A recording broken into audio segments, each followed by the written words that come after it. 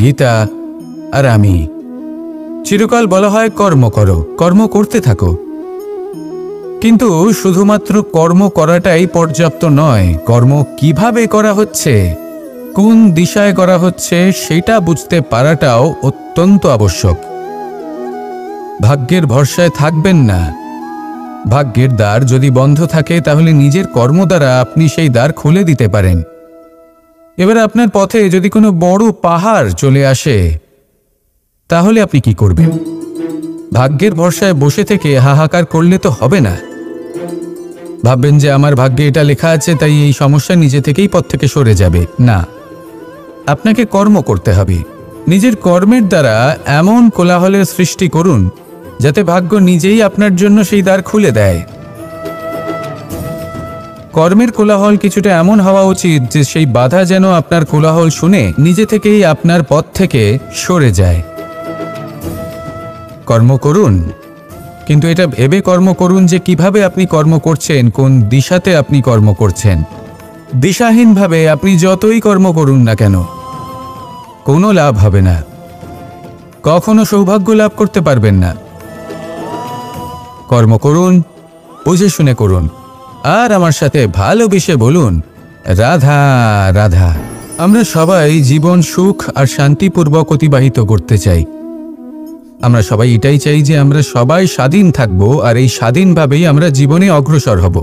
আর যখন কোনো ব্যক্তি আমাদের এইসব কিছু করতে বাধা দেন তখন আমরা তার উপর রুষ্ট হই। কিন্তু সত্যিটা ঠিক এর বিপরীত। কখনো কখনো এই ব্যক্তি অজান্তেই আমাদের এটা ভাবতে বাধ্য করে দেয় যে আমরা যেটা করছি সেটা কোথাও অনুচিত নয় তো। জীবনে অগ্রসর হতে হতে, সুখ খুঁজতে খুঁজতে, স্বাধীনতা খুঁজতে খুঁজতে আমরা অনুচিত কিছু করছি না তো। এটা বোঝা অত্যন্ত প্রয়োজনীয়। আর এটাই আমরা বুঝবো একটা উদাহরণ দ্বারা। কখনো কোনো উপবনে যাবেন আর গিয়ে ওখানকার মালিকে দেখবেন কি করে।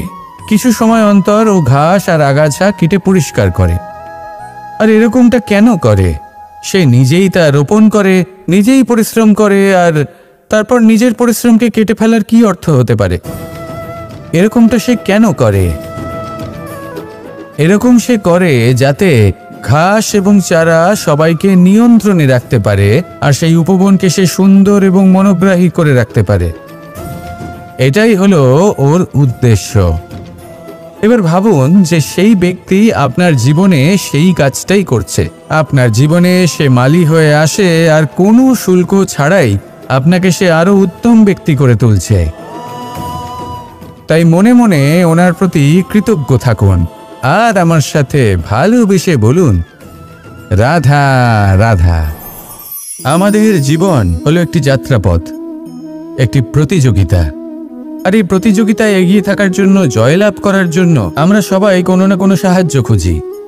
কেউ ঈশ্বরের শরণে যান, কেউ গুরুর কাছে যান, কেউ মাতা পিতার কাছে যান, আবার কেউ যোগ্য বন্ধু নির্বাচন করে নেন। আর হ্যাঁ, এনারা সবাই আপনাকে জীবনে অগ্রসর হওয়ার পথে সাহায্য করতে পারেন। কিন্তু এমন একজন ব্যক্তি আছেন এই সংসারে যিনি এই সংসারে আপনাকে সবার আগে নিয়ে যেতে পারেন। আর সেই ব্যক্তি হলেন স্বয়ং আপনি, আর কেউ নয়। অর্থাৎ আপনি যদি চেষ্টা করেন, পরিশ্রম করেন, তাহলে আপনার বন্ধু, আপনার বান্ধব, আপনার পরিবার, আপনার গুরু আপনাকে সাহায্য করতে পারে, আপনাকে আরো অনেক বেশি প্রদান করতে পারে। কিন্তু যদি আপনার চেতনাই না থাকে তাহলে কেউ আপনাকে এগিয়ে নিয়ে যেতে পারবে না। যেমন ছোট্ট একটা বালক যে সবেমাত্র হাঁটতে শিখছে, প্রথমে সে হামাগুড়ি দিয়ে চলতে চেষ্টা করে। তার মাতা পিতা তাকে দেখে খুব আনন্দ পান, তাকে উৎসাহও দেন। সেই ছোট বালক দাঁড়াতে চেষ্টা করে, হাঁটতে চেষ্টা করে, আবার পড়ে যায়, আবার উঠে দাঁড়ায়, আবার চেষ্টা করে, আবার পড়ে যায়। আর ভবিষ্যতে গিয়ে সে হাঁটতেও শিখে যায়, আবার দৌড়তেও শিখে যায়। এই সংসারে আপনি যে কর্মই করতে চান না কেন, যে স্বপ্নই আপনি পূর্ণ করতে চান না কেন, সেটা আরম্ভ হবে আপনাকে দিয়ে, আপনার কর্ম দ্বারা। তাই কর্ম করতে শুরু করুন। বাইরে থেকে সাহায্য পেতেই পারেন, তার সদ্ব্যবহার করুন আর আমার সাথে ভালোবেসে বলুন রাধা রাধা। ক্রোধ হলো এই সংসারের সব থেকে ঘাতক আবেগ। এই আবেগ আগুনের সমান। যদি কোনো ব্যক্তির মনে জাগ্রত হয় তাহলে সামনের ব্যক্তিকে ভস্ম করার আগে সেই আগুন সেই ক্রুদ্ধ ব্যক্তিকেই ভস্ম করে দেয়। সেই জন্য এই ক্রোধকে নিজের থেকে দূরে রাখা অত্যন্ত আবশ্যক। কিন্তু তার অর্থ এটা নয় যে সেই রাগের কোনো মূল্য নেই। আগে হ্যাঁ, কখনো কখনো জীবনে এই ক্রোধের বহিঃপ্রকাশ অত্যন্ত প্রয়োজনীয়। যেমন একজন ব্যক্তি, তিনি অপরাধ করেই চলেছেন, আপনি তাকে সুযোগ দিচ্ছেন কিন্তু সে কথা শুনছেন। সে এই বিভ্রান্তি নিয়ে জীবন অতিবাহিত করছে যে সে যেটা করছে সেটাই হলো উচিত, আর এটাই ভেবে সে অধর্মের পথে অগ্রসর হচ্ছে। এমন একটা সময় ক্রোধের বহিঃপ্রকাশ অত্যন্ত প্রয়োজনীয়। যেমন শ্রীরাম ক্রুদ্ধ হয়েছিলেন, উনি অগ্নিবাণ সাধন করেছিলেন সাগরের প্রতি, কারণ সাগর নিজের অহংকারে মত্ত হয়ে কিছুতেই শ্রীরামকে লঙ্কা পর্যন্ত পৌঁছানোর পথ খুঁজে দিচ্ছিল না। যখন শ্রীরাম ক্রুদ্ধ হলেন তখন সাগর ওনাকে পথ দেখালো। ক্রোধ প্রকাশ করুন, কিন্তু উচিত সময়, উচিত পরিস্থিতিতে, উচিত মাত্রাতে। আর কখনোই এই ক্রোধের আবেগ যেন আপনাকে নিয়ন্ত্রণ না করতে পারে। আসুন আমার সাথে ভালোবেসে বলুন রাধা রাধা। প্রত্যেক মানুষ জীবনযাপন করেন, কিন্তু প্রত্যেক মানুষ বেঁচে থাকার রসদ জোগাড় করতে পারেন না। তাহলে কি করা যায়? জীবনের রসদ কিভাবে জোগাড় করা যায়? কিভাবে আমাদের চেষ্টা করে যাওয়া উচিত? আমাদের কি করা উচিত? কিছু কাজ আছে যেগুলো আপনাদের করতে হবে। সর্বপ্রথম, জীবনে যখনই কোনো সমস্যা আসবে তখন নিরপেক্ষভাবে তার সম্মুখীন হন। তা সে যে সমস্যাই হোক, সেটা সমাধান করার জন্য আপনাকে শুভ পথ নির্বাচন করতেই হবে। তারপরে যদি আপনার হাতে কখনো ক্ষমতা আসে, সেই মুহূর্তে আরও বেশি বিনম্র থাকতে হবে। আপনি ধন অর্জন করলে তখন অহংকার জাগ্রত হতে দিলে চলবে না। আপনি যদি শক্তিশালী হয়ে ওঠেন তাও অহংকার জাগ্রত হলে চলবে না। জীবনে যখনই ক্রোধ হবে তখন নিজেকে নিয়ন্ত্রণ করুন আর ভেবে দেখুন যে যদি এই মুহূর্তে আপনি ক্রোধ দেখান তাহলে তার পরিণাম কি হবে। এর ফলে কি কিছু শুভ ঘটনা ঘটবে নাকি অশুভ কিছু ঘটবে? শুধু এই কটা কাজ নিজেদের জীবনে আত্মসাৎ করুন, জীবন যাপন অত্যন্ত সহজ হয়ে যাবে। আসুন আমার সাথে ভালোবেসে বলুন রাধা রাধা। এই সংসারে যদি আপনি শুভ কিছু অর্জন করতে চান তাহলে দুটি পথ আছে। প্রথম হলো ধর্ম আর দ্বিতীয় হলো কর্ম। কিছু ব্যক্তি এমন কথাও বলেন যে আমরা তো ধর্মের পথেই অগ্রসর ছিলাম, আমরা তো লক্ষ্যপ্রাপ্ত করতে পারলাম না, বরং আমাদের নিন্দা হলো। এবার এরকমটা ঠিক কেন হয়? এরকম এই কারণে হয় কারণ দেখতে গেলে ধর্ম সবসময় আমাদের এমন পথ দেখায় যেটা আমাদের একটা শুভ লক্ষ্য প্রাপ্তিতে সাহায্য করে, কিন্তু সেই লক্ষ্যে আমাদের পৌঁছতে হবে নিজেদের কর্ম দ্বারা। যদি আপনি ধর্মের পথে অগ্রসর হয়ে থাকেন তাহলে আপনাকে কর্মও করতে হবে। যদি ধর্মের পথে চলেন কিন্তু কর্ম না করেন তাহলে লক্ষ্যপ্রাপ্তি হবে না। ঠিক সেইভাবেই যদি আপনি কর্ম করতে থাকেন কিন্তু ধর্মের পথে না চলেন তাও লক্ষ্যপ্রাপ্তি হবে না। মনে রাখবেন যে ধর্ম এবং কর্ম হলো একটি মুদ্রার দুই পিঠের সমান। এদের নিজের জীবনে আত্মসাৎ করুন এবং অগ্রসর হন। এই সংসারের প্রত্যেক লক্ষ্য আপনার হবে। আসুন আমার সাথে ভালোবেসে বলুন রাধা রাধা। আমরা সবাই জীবনে কামনা করি। কেউ ধন সম্পত্তির কামনা করি, কেউ ভালোবাসার, কেউ বন্ধুদের, কেউ নাম খ্যাতি আদি ইত্যাদি। এগুলো লাভ করার জন্য আমরা চেষ্টা করতে থাকি, পরিশ্রম করতে থাকি, কিছু সময় পরে অর্জনও করে ফেলি। কিন্তু সবকিছু অর্জন করার কিছু সময় পরে এরা রুষ্ট হয়ে যান, আমাদের থেকে দূরে চলে যান বা আমাদের থেকে কেড়ে নেওয়া হয়। এমনটা কেন হয়? এমনটা এই কারণে হয় কারণ মানুষের একটা দুর্বলতা আছে। কোনো কিছুই অর্জন করার পরে আস্তে আস্তে সে তার মূল্য, তার গুরুত্ব ভুলে যায়, তার জন্য চেষ্টা করা ছেড়ে দেয়। আর এটাই হলো সবথেকে বড় সমস্যা। ঠিক যেমন কোনো ব্যক্তি যিনি ধন অর্জন করতে চান তার জন্য কঠিন পরিশ্রম করেন, হয়তো ধন অর্জন করেও ফেলেন, তারপর আস্তে আস্তে ওই ধনের মূল্য ভুলে যান, উচিতভাবে তা প্রয়োগ করেন না, আস্তে আস্তে তার ধন তার সঙ্গ ত্যাগ করে দেয়, সমস্ত পরিশ্রম ব্যর্থ হয়ে যায়। সেই জন্য মনে রাখবেন, এই সংসারে কিছু অর্জন করা অত্যন্ত কঠিন ব্যাপার, কিন্তু তার থেকেও বেশি কঠিন হলো সেটা নিজের সাথে ধরে রাখা। তাই জীবনে যখনই আপনি কিছু অর্জন করবেন তার গুরুত্বটা বুঝুন, আর তারপরে সময়ে সময়ে তার মূল্য নিজেকে স্মরণ করাতে থাকুন। কৃতজ্ঞ থাকুন যে আপনার পরিশ্রম আপনাকে এই ফল দান করেছে, আর চিরকাল পরিশ্রম করুন, তবেই আপনি যেটা লাভ করেছেন সেটা আপনার কাছে থেকে যাবে। আসুন আর আমার সাথে ভালোবেসে বলুন, রাধা রাধা। এই সংসারে আপনার সবথেকে বড় বন্ধু কে? কেউ বলবেন ছোটবেলার বন্ধুরা, কেউ বলবেন মাতা পিতা, কেউ বলবেন ঈশ্বর। এবারে বলুন যে এই সংসারে আপনার সবথেকে বড় শত্রু কে? কেউ বলবে আপনার বিরোধী, সেই ব্যক্তি যে আপনাকে হিংসে করে, বা আপনার নিজের অহংকার, আপনার কুকর্ম। আমি বলবো যে এই সংসারে আপনার সবথেকে বড় বন্ধু হলো আপনার নিজের মন। এই চঞ্চল মনকে যদি আপনি নিয়ন্ত্রণ করতে শিখতে পারেন, তাহলে এর থেকে বড় বন্ধু এই সংসারে আপনি কোথাও পাবেন না। সেখানেই যদি এই মন আপনাকে বশ করে ফেলে, তাহলে সংসারে এর থেকে বড় শত্রুও আপনি কোথাও পাবেন না। সেই জন্য এই সংসারকে নিয়ন্ত্রণ করার চেষ্টা ত্যাগ করুন। প্রথমে এই মনকে নিয়ন্ত্রণ করতে শিখে যান, তাহলে এই জীবন নিজে থেকেই সাফল্যের পথে অগ্রসর হবে। আর তখন এই মন প্রসন্ন হয়ে বলবে, রাধা রাধা। গঙ্গা ভারতের সবথেকে শক্তিশালী নদী, এমন একটি নদী যে নিজেই হলো একটি ইতিহাস। কিন্তু কখনো ভেবেছেন যে এই গঙ্গা নদীর প্রবাহ যখন গঙ্গোত্রী থেকে শুরু হয়, তখন তার উৎপত্তি কিভাবে হয়? হিমবাহ যখন গলে যায়, তখন একটি ফোঁটার জন্ম হয়, সেই ফোঁটাগুলোর সাথে আরো কিছু ফোঁটা যুক্ত হয়, তারপরে একটি ছোট ধারা উৎপন্ন হয়, সেটা বইতে থাকে। এর পরবর্তীতে আরো অনেক ধারা আরো অনেক ফোঁটার সাথে যুক্ত হয়ে যায়, আর অবশেষে একটা মহান বিশাল ধারা জন্ম নেয়, যাকে আমরা মহানদী গঙ্গা বলি। সেই জন্য এই কথা বলা হয়েছে যে একটি পাথর দিয়ে প্রাচীর বানানো যায় না। মহানদী গঙ্গা আসলে কি, যদি ভালোভাবে ভেবে দেখেন, তবে এ হলো অগুন্তি জলের ফোঁটার মিশ্রণ, যেটা আরম্ভ হয় একটি ফোঁটা দ্বারা।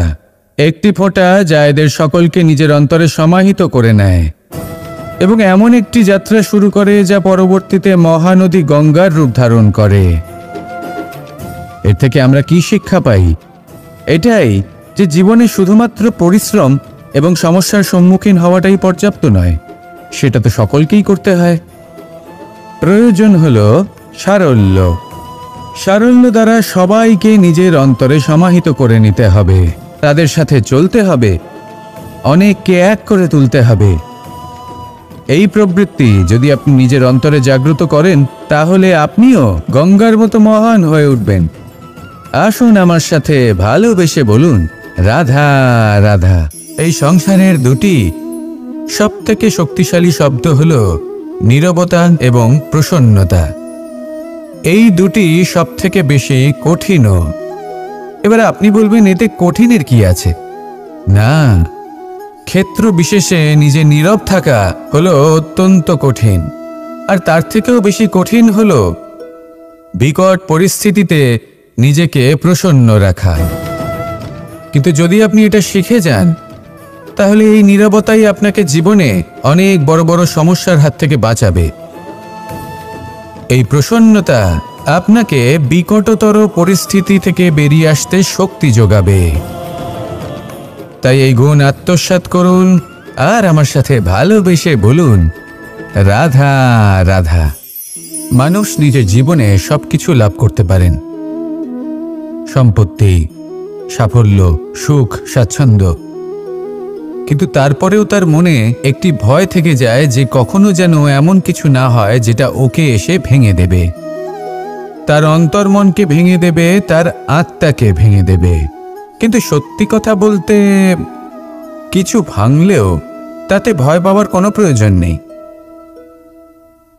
ভাঙার পরেই কিন্তু নতুন নির্মাণ হয়। আর প্রত্যেক মানুষ, এটাই তো প্রকৃতি আমাদের শেখায়, তার সমাধান খুঁজতে। এই দেখুন না, যখন এই মেঘ বিভাজিত হয়, সমস্যার সমাধান হয়ে পড়ে, তবেই তো বর্ষা আসে। আর বর্ষার পরে এই মাটির সিঞ্চন হয়। আমাদের মনে হয় যে আমরা একটি বীজ, সেটা ভাঙার পরে তবেই সেখান থেকে সে অঙ্কুরিত হয়। তাই ভেঙে পড়ার কথা শুনে ভেঙে পড়বেন না, তারপর যে সব নির্মাণ হতে চলেছে তার উপর মনোনিবেশ করুন, বড় হতে থাকে। আর হ্যাঁ, যদি সংসারে এমন কিছু থাকে যা ভাঙবেন না, আক্রমণ করে, তাহলে সেটা হলো বিশ্বাস। এই সংকট জীবনে কখনো কারোর বিশ্বাস ভঙ্গ করবেন না। যখন ব্যক্তির বিশ্বাস ভঙ্গ হয়, তখন তার আত্মা আহত হয়। সাবধান থাকাই উচিত। আসুন আমার সাথে ভালোবেসে বলুন, রাধা রাধা। চক্রে একটা ছেদ উৎপন্ন হয়। এই ফুল কি সুন্দর হয়, তাই না? এমন এক বাণ সেই ছেদ বিন্দু হয়ে আমাদের মোহিত করে দেবার মতো রং। তাই যে কোনো সমস্যার সমাধান করুন। আর এতটাই কোমল হয় যে খুব সহজেই আপনি একে পিষে দিতে পারেন। কিন্তু এই ফুল আপনাকে কিছুই বলবে না, প্রতিবাদও করবে না, আপনাকে আঘাতও করবে না, আপনি কোনো চিৎকার শুনতে পাবেন না। শুধু যাওয়ার সময় কর্ম আপনার হাতে মধুর একটা সুবাস রেখে যাবে। এই তিনটি একে অপরের সাথে জড়িত, কিন্তু এই কাজটা আপনি কাঁটার সাথে করতে পারবেন না। আমাদের কাঁটা আপনাকে অত্যন্ত যন্ত্রণা দেবে, সেটা আপনিও জানেন। যেতে হয়। এবার এই ফুল আর কাঁটার মধ্যে যে পার্থক্য, সেটাই হলো পার্থক্য সজ্জন এবং দুর্জনদের মধ্যে। কোনো ব্যক্তিগত কখনো কখনো আমাদের জীবনে এমন কিছু ব্যক্তি আসেন যারা অত্যন্ত কোমল, তাদের আমরা দমন করে বসি।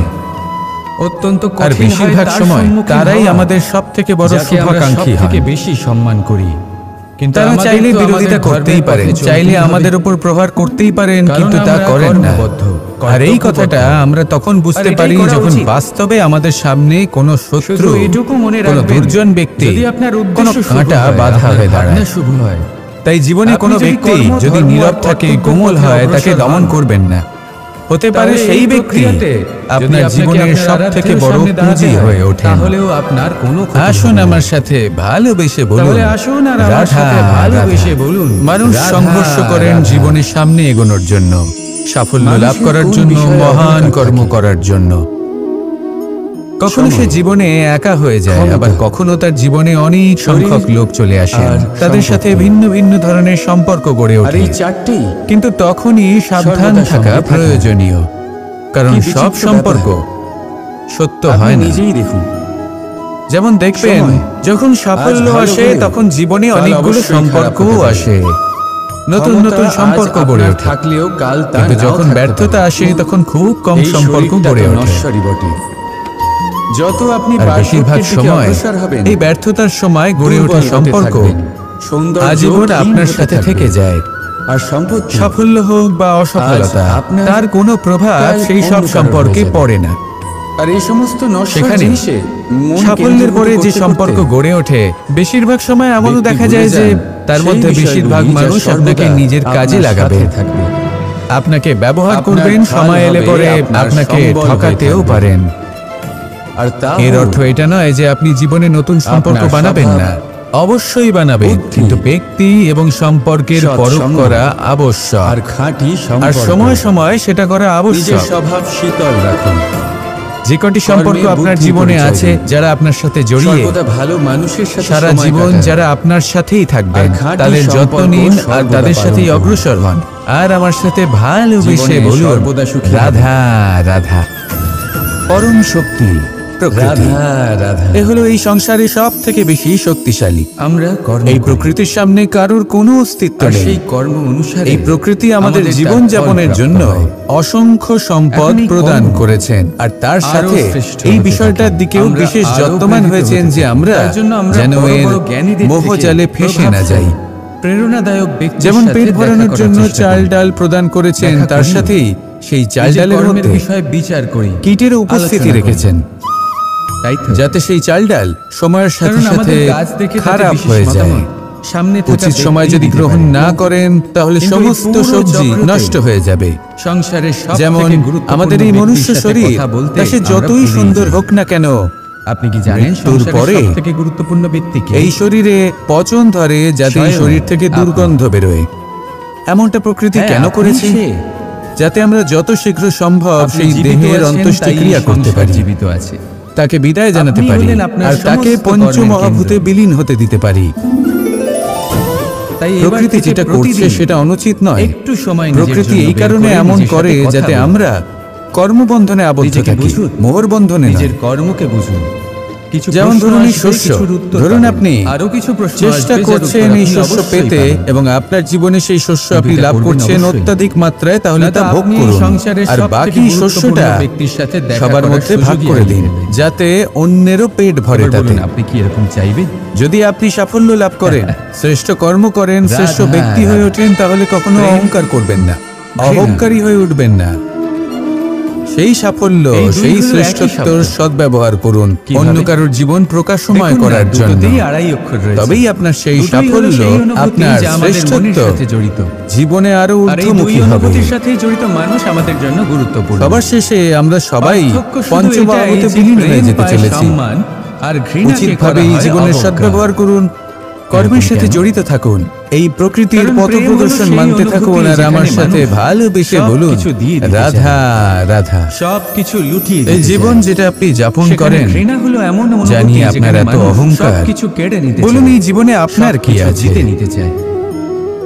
আপনাকে তাও জন্ম দিয়েছেন প্রেমের অনুভূতি আপনার কখনো মাতা, আপনাকে হারতে দেয় না। তারপর আপনাকে আর হাঁটতে ঘৃণার শিখিয়েছেন, অনুভূতি কথা কখনো বলতে আপনাকে শিখিয়েছেন, জিততে দেয় না। ভাষা এবার কি শিখিয়েছেন, করবেন আরো আপনি? অনেক কিছুই শিখিয়েছেন। একটাই জীবন। আপনার গুরু বা আপনার মাতা পিতা ঘৃণার অথবা সাথে এই বাঁচবেন সংসার, নাকি প্রেমের সাথে? ব্যবসা, বাণিজ্য, আমি তো এই সবকিছুর সাধন অন্য কেউ দিয়েছেন। প্রেমকেই ধন চয়ন করব। অর্জন রাধা, করার সাধনও রাধা। অন্য কেউ দিয়েছেন। ধনও অন্য কারোর থেকেই লাভ করা হয়েছে, এবং হারিয়ে ফেলব। সম্মানটাও অন্য কোনো এই ব্যক্তি দুই হলো আপনাকে জীবনের দিয়েছেন। অভিন্ন অঙ্গ। জন্মের আমরা পর যেমন কিছু প্রথম পেয়ে থাকি, স্নানও অন্য তেমন কারোর কিছু হাতে হারিয়েও করতে থাকি। হয়েছে। কিছু স্বপ্ন মৃত্যুর সার্থক পরেও হয়, আবার কিছু অন্তিম লক্ষ্য স্নানটাও অপূর্ণই অন্য থেকে কেউ যায়। করাবে। জীবনে এটা হয়েই থাকে। তাহলে এই সংসারে প্রত্যেকের জীবনেই এটা হয়ে থাকে। আপনার কিন্তু কারোর নিজের সাথে কি দেখা আছে? হলে আমরা কি ধরনের কথা বলি? জীবন শুধু আমরা এটাই সেই আছে কথাই যেটা বলি যা আপনার আমরা নিজের, হারিয়েছি।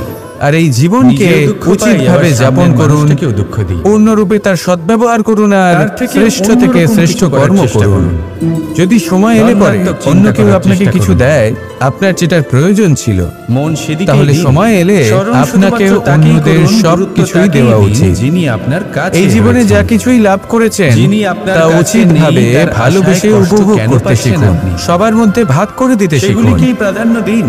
মনে যা রাখবেন আজ এখন এই সংসারে বর্তমানে এমন আপনার কিছুই কাছে নেই রয়েছে। যা আপনার আর চিরকাল আপনার কাছেই কংস থাকবে। মামাকে স্মরণ করি না, যিনি আসুন আর আমার ছেলেবেলা সাথে নষ্ট করে ভালোবেসে দিয়েছেন। বলুন রাধা আমি স্মরণ রাধা। করি আমার যশোদা মাকে। এই সংসারে বলরাম দাদাকে। এই সংখ্যাটি অত্যন্ত আমার শক্তিশালী। রাধাকে। যারা আমার আপনি জীবন জীবনকে যাপন ভরিয়ে করেন তুলেছে। একবার, জন্মগ্রহণ আপনিও হয় ঠিক একবার, এটাই করুন, মৃত্যু আর আপনি আমার সাথে একবারই ভালোবেসে লাভ বলুন। করেন। রাধা এই রাধা। এক সংখ্যাটি অত্যন্ত গুরুত্বপূর্ণ। কথায় বলা হয় যদি আপনি জীবনে এককে ভালোবাসাই একের বিরুদ্ধে হলো করে দেন, সুখের মূল। তাহলে সেটা হলো রাজনীতি। এটা সত্য। মানুষ সেখানে ষড়যন্ত্র এবার প্রশ্ন করতে হলো শিখে যায়। এটাই যে এই ভালোবাসা, আর যদি আপনি এককে একের সাথে সাথে করা মিলিত উচিত? হতে না দেন, তাহলে সেটা কূটনীতি হয়ে দাঁড়ায়, যদি মানুষ আপনি সেখানে ছলনা কিছুক্ষণের করতে জন্য শিখে যায়। সুখ পেতে চান, এবার তাহলে যদি আপনি ভালোবাসুন নিজের এককে রুচি একের মতো। সাথে মিলিত করে যদি আপনি দুই করে কিছুদিনের দেন, জন্য সুখ পেতে চান, তাহলে ভালোবাসুন সেটা নিজের গণনীতি বন্ধুকে। হয়ে দাঁড়ায়। যদি আপনি মানুষ কয়েক সংগ্রহ মাসের করতে জন্য, শেখে, কয়েক বছর বা লাভ অনেক করতে বছরের জন্য শেখে। সুখী হতে চান, আর যদি আপনি তাহলে এক এবং এক ভালোবাসুন মিলিয়ে নিজের শূন্য করে পরিবারকে। দেন, মাতা পিতা, নিজের তাহলে সন্তান, তাকে স্বামী, স্ত্রী, আধ্যাত্ম নিজের বলা হয়, আত্মীয়দের। যেখানে আমরা কিন্তু নিজেকে ঈশ্বরের কাছে পূর্ণরূপে যদি আপনি সমর্পণ করে দিই। চিরকালের জন্য সুখী হতে আর চান, যদি তাহলে আপনারা ভালোবাসতে হবে শুধু এক আর এক নিজের কর্মগুলিকে। এই দুইকে মিলিয়েও কারণ সম্পর্ক একই থাকতে যেমনই হোক পারেন, না কেন, কখনো না তাহলে কখনো তাকে ভেঙে যাবে। প্রেম নীতি বলা হয়। এই সংসার যেমন হলো আমি এমনই যে আর যাদের রাধা, সঙ্গ আমরা না পাই, আমরা শূন্য তাদের আর না সঙ্গ আমরা দুজন ভিন্ন হয়েও একদিন ত্যাগ করতে হবে। আমরা